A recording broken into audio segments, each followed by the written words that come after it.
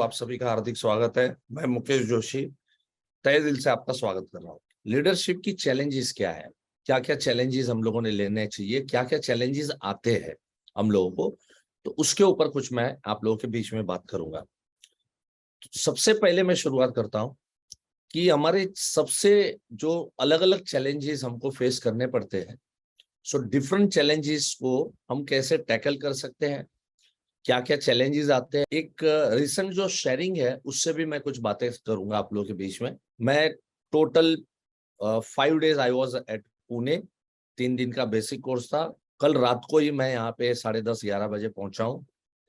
आज कैलकाटा जा रहा हूँ, 1 दिन के लिए कैलकाटा में हूँ। कल कैलकाटा में मास्टर इन 4 प्रोडक्ट वाला प्रोग्राम है और उसके बाद मुंबई का बेसिक कोर्स है। सो 1 डे कैलकाटा विजिट है, आज जाऊंगा, कल रात को वापस आ जाऊंगा। कॉन्स्टेंटली ये जब से कश्मीर से लौट के आया, मैं 2 तारीख को कश्मीर से लौट के आया, आने के बाद में कंटिन्यूस प्रोग्राम चल रहे थे। तो कल ही वाइफ मेरे को बोल रही है कि बच्चे बोल रहे थे, बोले पापा पागल हो गए क्या, कश्मीर से आए वैसे सीधे दिल्ली, दिल्ली से मेरठ, मेरठ से फिर हैदराबाद, हैदराबाद से सारे कोर्सेस करते जा रहे हैं। काम करना अच्छा लगता है। कोई भी चैलेंजेस जो है ना, मतलब एनी टाइप ऑफ चैलेंजेस हमारी लाइफ के अंदर में जो भी आते हैं, अगर हमारा मेंटल परिस्थिति स्ट्रांग है तो हम किसी भी तरह की चैलेंजेस को हम स्वीकार कर सकते हैं और उसमें से रास्ता ढूंढ सकते हैं। लीडरशिप का मतलब ही है, सिर्फ दूसरों में और लीडर्स में फर्क क्या है।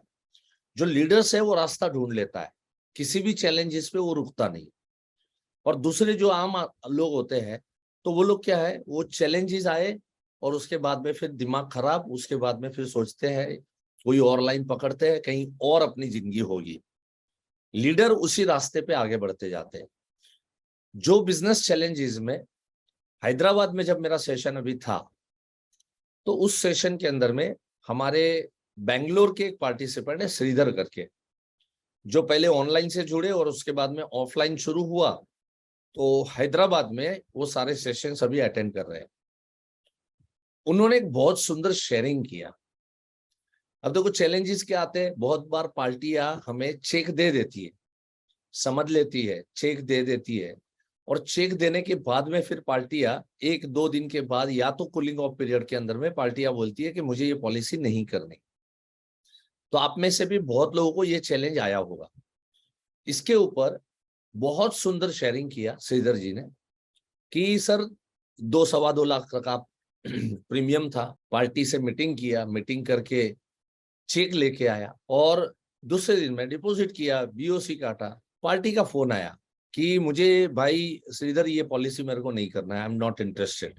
अब देखो एक चीज हम लोग कई बार कोर्सेस में आपको सिखाए है, कभी भी इस तरह के कॉल आते हैं ना कि कोई ये कहे कि मुझे पॉलिसी नहीं करना है, तो हम क्या करते हैं मालूम है, थोड़े पैनिक हो जाते हैं। हमारे दिमाग में ऐसा चलता है कि अरे यार इतनी मेहनत की, इतने फॉलोअप किए, ये बंदे का पॉलिसी लिया और अब देखो ये हाथ से चला जा रहा है। कोई चीज है ना हाथ से चली जाती है ना, तो हम लोग डिप्रेशन में आ जाते हैं, पैनिक हो जाते हैं, कभी थोड़ा इरिटेट हो जाते हैं, गुस्सा भी आ जाता है। ये सब आपके इमोशन के ऊपर कंट्रोल करो। आज के बाद क्या करो, कभी भी इस तरह के कॉल आए, ये चैलेंजेस अगर आपको आए, उस चीज को आसानी से स्वीकार कर लो। कभी अभी एक्चुअल में होता क्या है, किसी ने इस तरह से बोला, अरे सर अभी अभी अभी तो आप समझे सर, इतनी मीटिंग की है सर, इतना समझाया मैं सर, अरे अभी क्या हो गया सर, अचानक से क्या हो गया सर, सर बोलिए ना प्रॉब्लम क्या है, बोलिए ना सर। अब ये सारी चीजें करोगे ना, वो कुछ नहीं सुनेगा, वो he will not at all listen to you, क्योंकि उसके दिमाग के ऊपर हावी हुआ है कि मुझे ये पॉलिसी अभी नहीं करनी है। तो बात खत्म, आप लाख बात करो, लाख कोशिश करो, वो नहीं सुनेगा आपकी बात को। अगर आपको उसकी जगह पे, अगर आप देखो ये सब होता है, एंजाइटी ये सब आएगा, नेचर है, एकदम नेचुरल है, उसमें गलत कुछ नहीं है। लेकिन आपको क्या करना पड़ेगा, ये इमोशन को कंट्रोल करके हंसते हुए चेहरे से बोलना पड़ेगा, ओके सर। क्या बोलने का, ओके सर। किसी भी पार्टी ने फोन किया, मुझे पॉलिसी बंद करनी है, नो प्रॉब्लम सर, कर देंगे सर। अच्छा जैसे ही देखो, this was not expected by the party, but जो रिएक्शन आप ओरिजिनल डालते हो, that was expected by the party. Party ने यही सोचा था होगा कि मैं अभी इसको फोन करूंगा, अभी इसका बिजनेस चला जाएगा, ये गुस्सा होगा, या तो नाराज होगा, या तो वो बोलेगा, या तो मुझे समझाने का कोशिश करेगा, मुझे समझना है ही नहीं। तो ये कई बार हम लोग आपको बताते हैं कि इस तरह के चैलेंज आए, एकदम स्वीकार कर दो, बोले ओके सर, डन सर। तो श्रीधर ने ये चीज सुनी हुई थी, तो बोले सर मुझे भी अंदर से तो थोड़ा इरिटेट हुआ, लेकिन जैसे आपकी बात याद आई, मैंने कहा ठीक है सर, कोई बात नहीं सर, कर देंगे कैंसिल। लेकिन फिर उसको बोलो कि सर एक काम करते हैं, जैसे लेने की प्रोसीजर होती है ना, तो वैसे विड्रॉ करने की भी प्रोसीजर होती है, राइट। आपकी पास से आपके लेटर्स वगैरह चाहिए, आपकी जो है सिग्नेचर चाहिए, और कुछ फॉर्मेलिटीज करनी होगी, और इसके लिए मैं कल आ रहा हूं। अगर आप इस तरीके से बोलोगे तो वो दूसरे दिन बुलाएगा कि नहीं बुलाएगा? दूसरे दिन बोलेगा यस आ जाओ, क्योंकि हमने उसके साथ उसके सोच के हिसाब से हमने बोला हाँ ठीक है, स्वीकार है, मत लो पॉलिसी, कोई बात नहीं। तो ये चीजें तो मैंने कई बार सिखाई हुई है। तो श्रीधर ने पार्टी को इसी तरीके से कहा, लेकिन उसके बाद उसने जो बात की ना, वो डिफरेंट थी, वो हटके थी, मेरे लिए भी नहीं थी। उसके बाद श्रीधर ने उसको कहा पार्टी को, ठीक है सर कोई बात नहीं, बंद कर लेते, लेकिन सर कुछ प्रोसीजर लगेगी, कुछ फॉर्मेलिटीज कंप्लीट करनी पड़ेगी, और इसके लिए मैं कल आ रहा हूं। पार्टी बोलती है ठीक है आ जाओ, कोई बात नहीं। देखो सर, परसों जब मैं आपको समझाने आया था, तो उस समय पे सर जी आपके साथ आपकी मिसेस थी, आपका बड़ा बेटा बैठा हुआ था मीटिंग के दौरान, आपकी मम्मी बैठी हुई थी, और आपका भाई बैठा हुआ था। तो सर एक काम कीजिए, अब जब मैं कल को प्रोसीजर कंप्लीट करने को आता हूं, तो उस समय पे ये सारे लोग कल उपस्थित होने चाहिए। बोला ऐसा क्यों?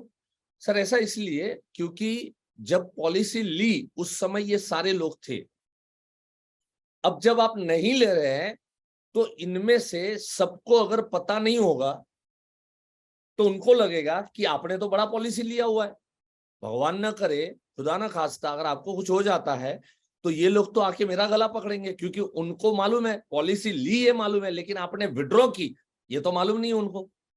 तो ये चारों की उपस्थिति होनी जरूरी है सर। तो कल आप ये चारों को बुला के रखिए, मैं आता हूं।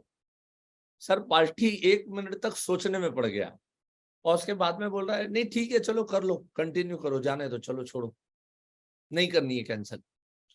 शायद हो सकता है कि उसकी मदर या उसका बेटा या उसकी पत्नी या उसका भाई, इसमें से कोई तो पॉलिसी लेने के फेवर में होगा, चर्चा हुई होगी, और उन्होंने कहा होगा कि तू ये गलत फैसला ले रहा है, जो भी है व्हाटएवर कहानी में भी। बट श्रीधर ने ये जो काम किया, उसका केस कंप्लीट हो गया। तो मुझे भी अच्छा लगा, एक एडिशनल आइडिया ऑलरेडी एक्सटेंडेड। उसने क्या किया, देखो हम बहुत सारी चीजें आपको देते हैं, हम हमारी अक्कल से देते हैं, आप आपकी भी अक्कल उसमें लगाते हो, तो एक्सटेंडेड आइडिया हो जाता है, और वो एक्सटेंडेड आइडिया जो है उसका फायदा अच्छे तरीके से मिल सकता है। So this is the challenges, कि ये जो चैलेंजेस है, ये सारे चैलेंजेस हम लोग ओवरकम कर। देखो इससे दो चीजें समझ में आती है। एक चीज ये समझ में आती है कि जब भी इस तरह की बातें होती है, तो उस समय पे, मतलब पॉलिसी की बातें हो रही है, उस समय पे अगर विटनेस के तौर पे अगर उसके फैमिली मेंबर को बिठाते हो, तो बहुत अच्छी बात है, बिठानी ही चाहिए। अगर आप घर पे मीटिंग कर रहे हो, तो उसकी वाइफ को बिठाओ, अगर उसका बच्चा है, आपको लग रहा है कि चलो 14-15 साल का है, कम से कम बेटा आप भी आओ, आप भी बैठो यहाँ पर। अगर उसके फादर है उसको भी बिठाओ, उसकी मदर है, सबको बिठाओ, ताकि जब कोई इस तरह की दिक्कत आए। इनफैक्ट ये तो यहाँ पर चलो श्रीधर ने तो नई पॉलिसी जो है उसकी बात की, पॉलिसी बन जाने के बाद सरेंडर की भी बात आती है, तो सरेंडर पॉलिसी करनी है, उसमें भी ये आइडिया अप्लाई किया जा सकता है। कोई पार्टी ने आपको सरेंडर के लिए बुलाया, आपने फोन के ऊपर बहुत समझाया, उसके बावजूद भी नहीं माना, उसको बोलो मुझे आपके सभी के सभी नजदीक के जो इमीडिएट परिवार जो है आपका, वो इमीडिएट परिवार वाले सभी के सभी मुझे उपस्थित चाहिए, तो ही मैं सरेंडर करूंगा, अदरवाइज मैं सरेंडर नहीं करूंगा। क्योंकि आपके पूरे परिवार को मालूम है आपकी पॉलिसी है, तो पूरे परिवार को पता भी होना चाहिए कि अब आप पॉलिसी बंद करने जा रहे हैं, आप सरेंडर करने जा रहे हैं। देखो ये मेरा आइडिया है, ये अभी मेरे दिमाग में आया कि अगर सरेंडर के लिए भी ये चीज इस्तेमाल किया जाए, this is one of the best thing, right?